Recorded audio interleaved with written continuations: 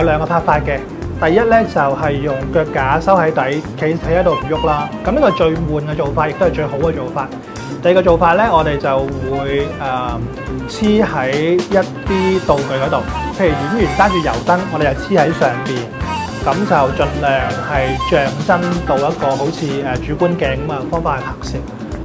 不過佢就提醒，全景拍攝要特別小心見到穿崩位，分鏡要令鏡頭之間互相配合，觀眾跟得到主角嘅劇情又唔會悶親，其實都係一大難題。演員都有嘢要注意㗎。其實 VR 對演員嚟講咧，都係一種挑戰嚟嘅，因為平時我哋拍劇啊、拍電影都好啦，咁你會有分 shot、有大頭、有 wide shot、有成。咁但係同一時間 VR 咧，一開始最唔習慣嘅就係，因為一拍咧，佢其實360度咧，即係基本上無死角咁滯咧，你就要拍到嘅。咁可能有機會咧，你就佢啲位置咧，就唔會話就位啊，你行嗰啲冇呢啲嘢㗎，因為全景拍攝。咁所以我哋演員咧，基本上一鍋機咧，每一個 party 咧都要做好自己嗰份，因為一錯少少咧，可能有機會就接唔翻，咁就冇得話俾你偷懶咁咯。